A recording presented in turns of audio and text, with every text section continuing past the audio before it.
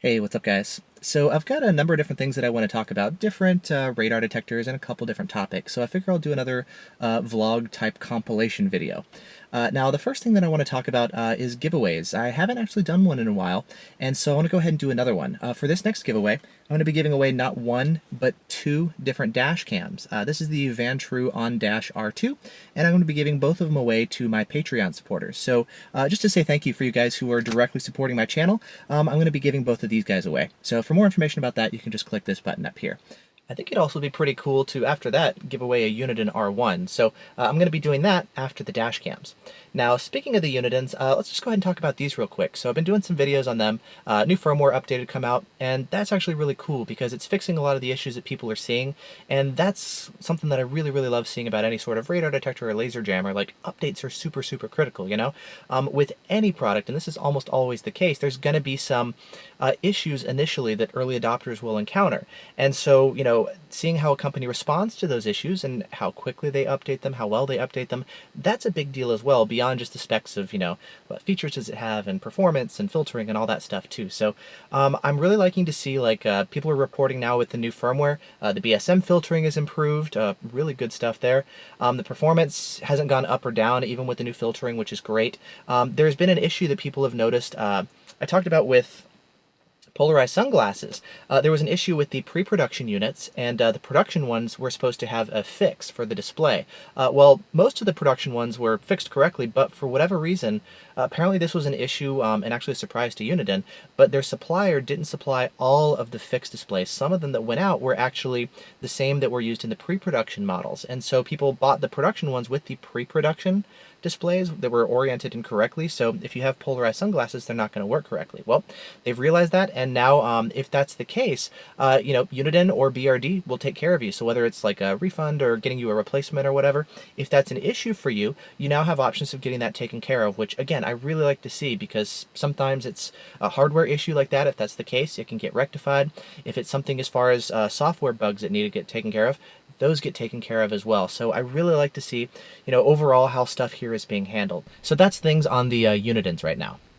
Now, speaking of new high-end radar detectors plus additional updates, next let's talk about the Escort Max CI and Max CI 360. Now, these started shipping a couple weeks ago, and they're Escort's, you know, new top-of-the-line remote mount radar detector and laser jammer. So top-of-the-line radar detector, their new top-of-the-line laser jammer. Let's first talk about the radar detector side, and then we'll talk about the laser jammer side. So now, as far as the Max CI, I don't actually have one myself. I don't have one installed. I haven't used one. However, a number of people have purchased them, started testing them out, and sharing their impressions. So down in the video description, I'll share links to, you know, people's full impressions who own them and have been using them, as well as the different test results that I'm going to be referencing as well. In this one, I just kind of want to talk about a high-level perspective of a lot of the initial testing that's being done, just to see how it fares and how it compares to the competition. So, starting with the radar detector, as far as performance, it is definitely a high-performance, long-range radar detector, just like the Redline. It's an evolved version of the Redline with better BSM filtering and digital, right? So, in terms of performance, it's looking as expected to be a nice long-range performer. Now, there's been some testing done so far, testing it against the Redline, as well as the Uniden R1 and R3. What we're seeing is it's actually closer to the Redline than it is the Unidens. Dukes did some testing with his Max CI and his Unidens, and is finding that the R1 and the R3 is able to outperform the Redline, as we know, as well as the Max CI. In his tests, he found, you know, the results were a little bit variable, and so he did a bunch of runs, anywhere from 5 to 7 runs per detector to average out any of the results. And if you take a look at the results on 34/7, the Uniden R1 and R3 is able to outperform the Redline and the Max CI. If you take a look at 35/5, you'll see that, again, the case is that the Unidens are able to outperform the Escorts. So it sounds a little crazy if you look at it just from a performance standpoint, to have a detector that's $300 outperforming a $3,000 detector. But remember, totally different series of detectors. It's remote, it's got laser jammers, I mean, auto lockouts. There's a bunch of other stuff that we can talk about too, and actually we'll talk about that next. But in terms of just strictly performance, this M7 platform, it looks like the Unidens are more sensitive, and that's something to consider as far as the rumors for the Escort replacement. or sorry, the Redline replacement, if that comes out, and if, let's say, it's based on the M7, that'll give us an idea on what Escort has available and how it would compare to the Unidens. Now, what about BSM filtering?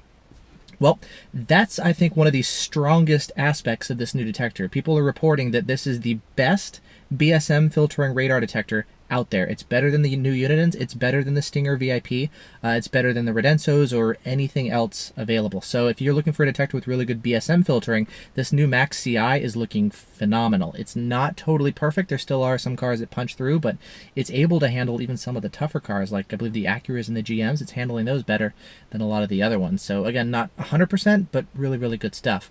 Now, one thing that I'm a little bit concerned about is actually how the BSM filtering is being done.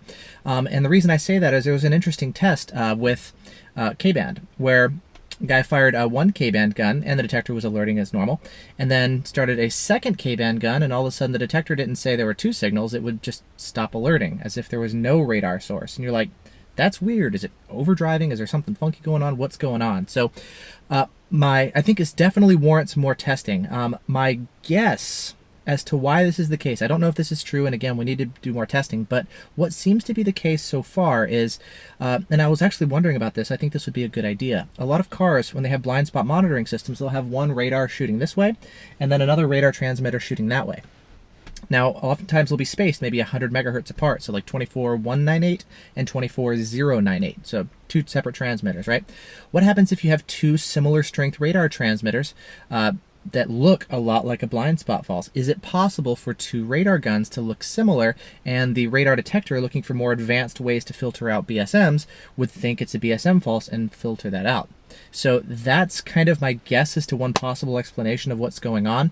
If that's the case, again, I don't know, but if that's the case, would that also be the case if there's a cop who's near a speed sign, or you've got a BSM car nearby that's really strong and there's a cop up the street with a K-band sign or K-band gun? Could that be an issue? What if he's by a weak K-band source from a garage door opener or automatic door opener and he's got K-band? Could that cause an issue? I don't know.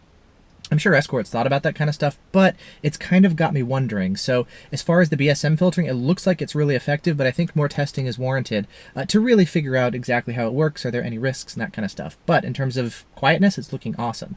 On a related note, the BSM filtering that they've worked on for the Max CI, Escort's going to be bringing over to their other Max series detectors, including the Max, Max 2, Max 360, as well as the Beltronics GT7.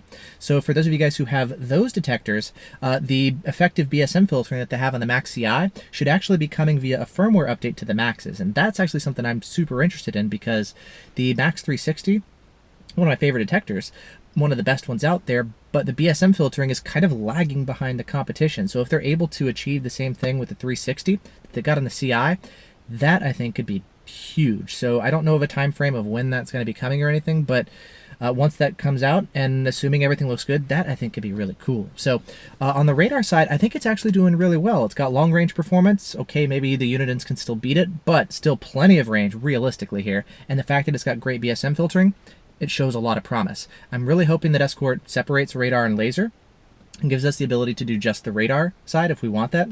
Right? So that I think would be really cool. Now let's talk next about the laser jammer side. On the laser side, I'm a little less enthusiastic about what I'm seeing, and more importantly, how Escort is handling this. So the laser jammers, it looks like these laser jammers are actually Blinder's laser jammers. Blinder was due to come out with some new laser jammers, but things happened. For those of you guys who know, things happened, and it looks like, I haven't confirmed this, but it looks like it's Blinder's laser jammers are just being rebadged and sold by Escort. Now, Escort did this before. They used to have their ZR4 laser jammers. They were great laser detectors, but Escort's ZR4s were not good laser jammers. So what they did is they went to the best laser jammer at the time, Laser Interceptor, and said, hey, can we use your laser jammers and sell them under our name? And that's exactly what they did. And those were sold as the Laser Shifter Pros on the previous generation 9500 Ci. Eventually, technology evolved, and those jammers were not able to handle the newer guns like the DragonEyes, and so they're like, okay, we need something new. Blinder was developing new jammers, and it looks like Escort has reached out to them, and they're now shipping Blinder's jammers as their new Shifter Max Pro jammers that come with the Max CI. Now, what's great about these jammers is they're able to handle the DragonEye guns, which was the biggest limitation of the LSPs. Now, that's true, but not completely true. Now, Escort's technique for doing this, it only works against the older DragonEye guns. The newer ones have a different pulse pattern, and they've become much more difficult to jam. And so, just to say you can jam the DragonEye, there's so many different versions. There's easier versions and tougher versions and many different pulse patterns. So it's tough to jam all of them, especially the newer ones. And it looks like Escort is only capable currently of jamming the older versions. It's not just so much of like doing the same thing for the newer ones. You need a completely different jamming algorithm to handle this. Now, Escort is adamant that they can jam the DragonEye, and in a way where they can jam even all the current ones and the newest ones, but test after test after test is showing otherwise, where they're able to jam the older guns from 2014, but not the newer ones, 2015, 16, 17. I'll post links down in the video description so that you can see more information. Now, where this gets to be kind of an issue is Escort's response to this. What I want to see is a company like making sure that they stay updated, and Escort has said that yes, if they find that any of the DragonEye guns they currently can't handle, they'll just release an update, and that's good because there's always updates that are required. Now the thing is, tester after tester after tester is showing that they already are not able to do that, and Escort's response is not to say, oh hey, thanks for the information, we need to work on this, but they are basically invalidating the other testers' results and then banning them off their forum for showing the results and the limitations of their products, which to me seems like a big red flag. Like, I'm glad to see that Escort is acknowledging that they're going to continue updating, but Escort's track record of updates leaves a little bit to be desired, to say the least. So I'm not too optimistic, especially seeing how oppositional and almost aggressive Escort is being towards their customers and to enthusiasts. I mean, it's already kind of been a downhill slide with Escort and enthusiasts, unfortunately. It's kind of sad, but that's only getting worse. So that's kind of sad to see. I really hope that Escort gets this nailed. The reason I say I'm not too optimistic is the way that they're doing it with the older technology. You need something very different to handle the newer guns. One of the things, for example, is Escort is like, well, we're going to be offering a bridge box to allow you to put more than just 2 jammers in the front and 2 jammers in the rear. For those of you guys familiar with the ALP, you need multiple jammer heads, at least 3 to do it, right? So Escort, surprise, surprise, they're going to be offering a hardware add-on that's going to be helpful for the DragonEye and also helpful for people who have larger vehicles, bigger surface area, and just need more heads. So there's going to be hardware updates. Escort definitely needs some software updates. Unfortunately, it's a little bit messy right now. On that front, I'm not going to get into it too much more, but the current status is that no, Escort is not able to handle the DragonEye guns. Let's just wait and see the degree to which they're going to be able to handle that in the future, and we'll just leave it at that. Speaking of products that advertise one thing and don't necessarily perform, as you guys know, I've been testing out the Rocky Mountain radar units. They're all about their scrambling nonsense, whatever, it doesn't work. So I've been publishing videos about that. I posted a review on my website. The detector is now actually on its way to Texas, to the Texas Countermeasure Testing Group.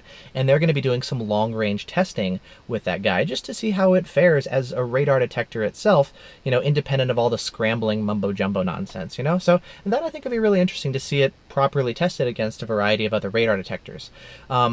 I'll go into that more as the test results come out. You can actually take a look at my website. I'll put a link in the video description to the judge review. Something that's actually been really fun is I asked you guys on Facebook, I was like, hey, I just published this review, and I published a review on Amazon. So people who are actively doing their research and looking for a radar detector to buy, I just shared with them, here's the test results, here's what they're talking about, here's what it's actually capable of, here's what it's not capable of, just to let you guys know. And I just want to help people avoid getting screwed over and scammed out of their money. So I published the review on Amazon, and I asked you guys on Facebook, hey, can you do me a favor? And I want more people to be able to see it. Can you go to that review and just mark it as helpful? That way it gets bumped to the top. It's seen on Amazon as like a more helpful review.